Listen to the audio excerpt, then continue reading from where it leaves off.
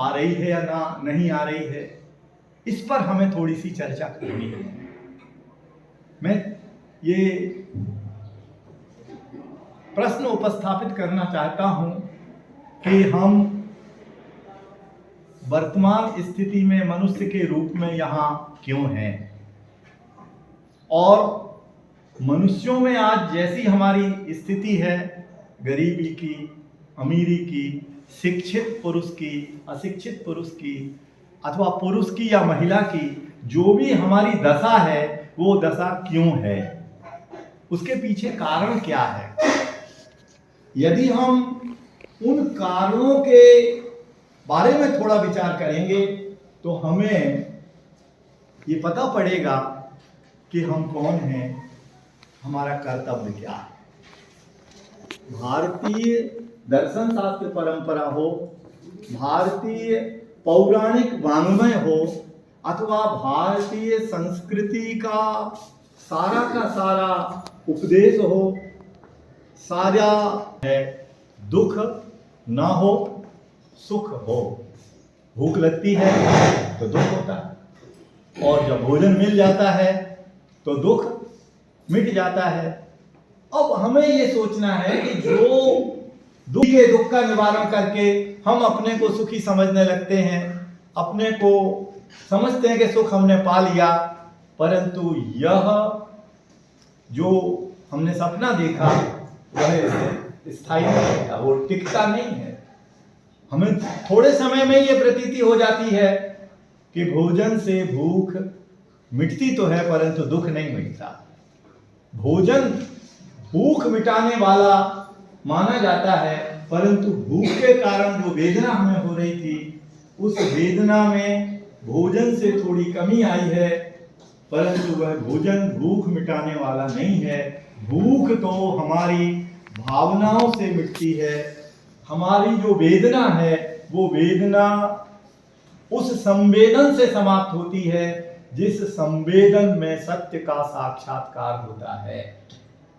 भाषाएं उस सत्य के साक्षात्कार को उजागर करने का एक माध्यम है। साहित्य उस साक्षात्कार से जो तथ्य प्राप्त होता है उसे संरक्षित करने का एक माध्यम है साहित्य।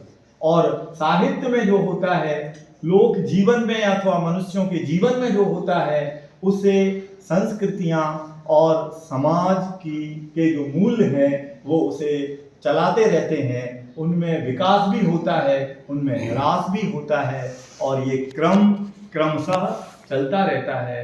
और हमारा जीवन भी उसी से मेल खाते हुए चलता हुआ हमें दिखाई देता है। हम पैदा होते हैं, छोटे से बड़े हो जाते हैं, कुछ पढ़ लेते हैं, विद्यालयी शिक्षा ले लेते हैं, विश्वविद्यालय से शिक्षा ले लेते हैं, फिर सेवा कर्म में लग जाते हैं, पारिवारिक कर्तव्यों का निर्वाह करते हैं, और कुछ समय के बाद फिर विदा हो जाते हैं। कहाँ से आए थे और कहाँ चले जाते हैं, इस बात को शायद सोचने का हमें समय ही नहीं मिलता। तो मैं यहाँ ये कहना चाहता हूँ कि अगर वो समय नहीं मिला तो आपका जीवन निरर्थक हो गया।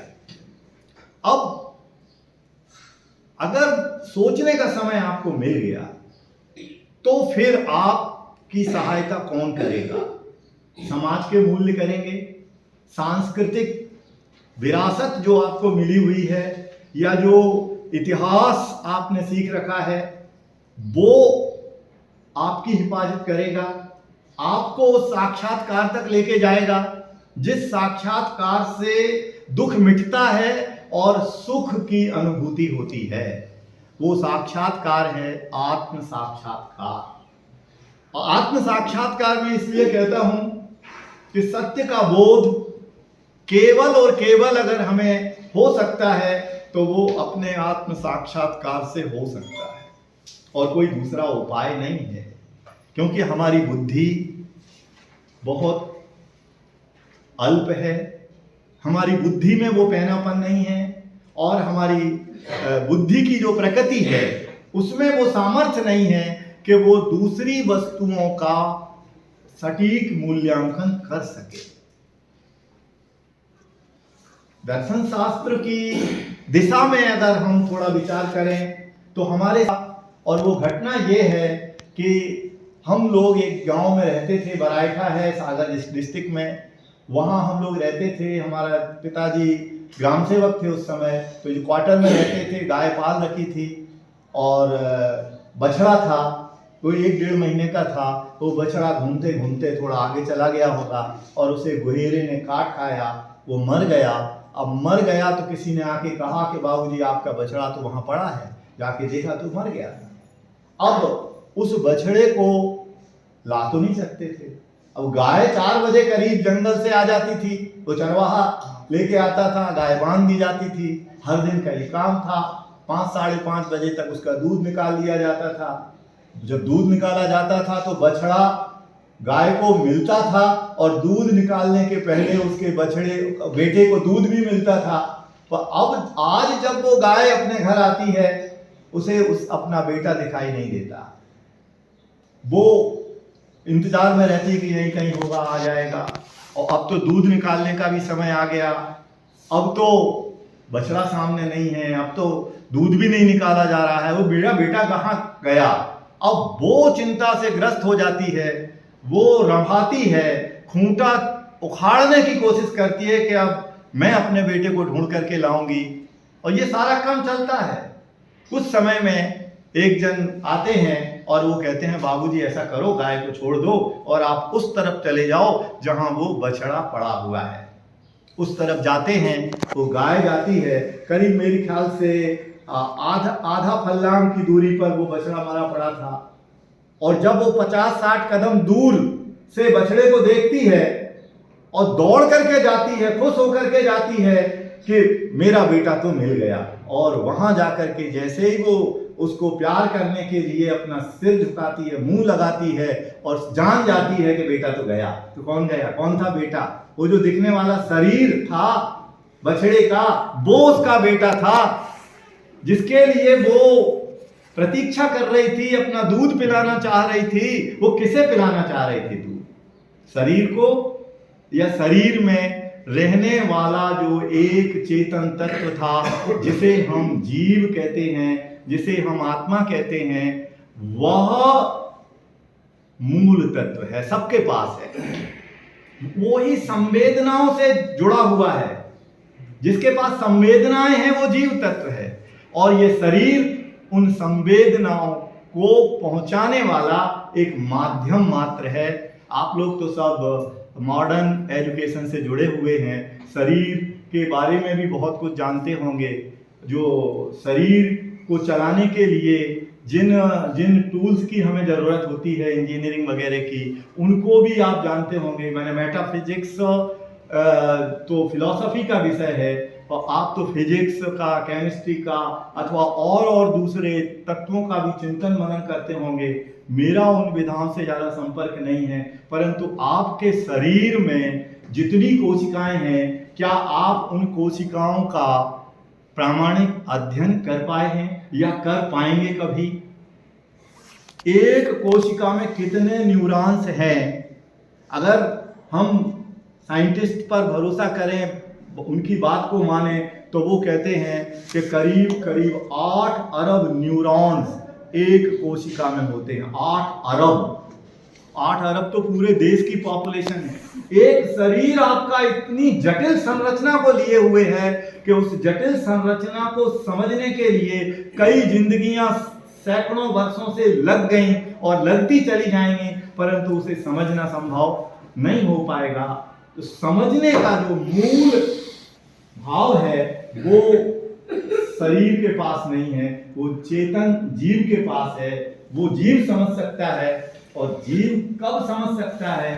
जब वह अपनी पूरी कैपेसिटी से प्रादुर्भूत, आपका ज्ञान जब पूरी कैपेसिटी से प्रकट हो तो आप जान सकते हैं। और वो तभी प्रकट हो सकता है जब आप आत्मोन्मुखी प्रयास करें, आत्म सत्ता को जानने के लिए।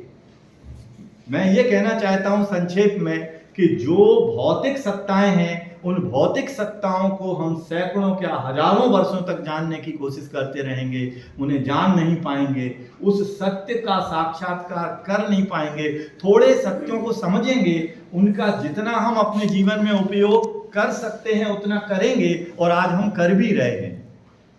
कंप्यूटर साइंस को देख करके चमत्कार पैदा नहीं होता, हमारी बुद्धि को कितना चमत्कार पैदा होता है। कभी सोच सकता था व्यक्ति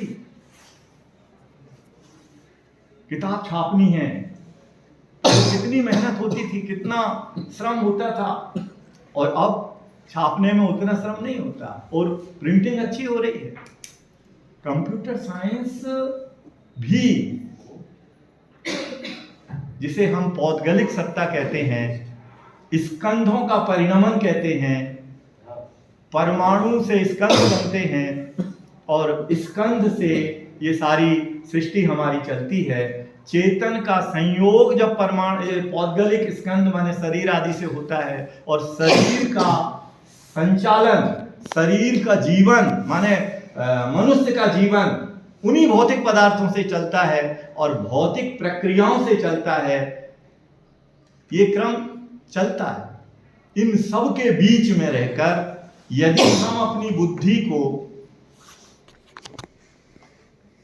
केवल आत्म साक्षात्कार के लिए समर्पित कर दें, यदि हम अपनी बुद्धि से उस स्थिति में पहुंचने की कोशिश करें कि जिस स्थिति में हमें किसी वस्तु का एक जो यथार्थ सत्य है वो समझ में आ जाए, तो इसके लिए हमें क्या करना होगा। इसलिए आपने सुन रखा होगा कि उस सत्य को जानने के लिए ऋषियों महर्षियों ने समाज को छोड़ा, ऋषियों महर्षियों ने जन समुदाय को, जहाँ बहुत मिलकर के लोग रहते, गुफाओं में गए, पहाड़ पर गए और उन्होंने आत्म ध्यान किया, एकाग्रता से जानने की, दूसरों को जानने की नहीं, अपने को जानने की कोशिश की। और अपने को जानने की कोशिश में हमें बहुत कुछ दे गए। जो भारतीय दर्शन शास्त्र का उपदेश है वो हमारे बहुत काम का है, सामान्य उपदेश नहीं है वो। उसे हम अगर यथार्थ रूप में जान पाएं, समझ पाएं, तो हमें वो विधि मिल जाएगी जिस विधि से हम आत्म साक्षात्कार कर सकते हैं। आत्म साक्षात्कार से अपने जीवन मूल्यों को पहचान सकते हैं।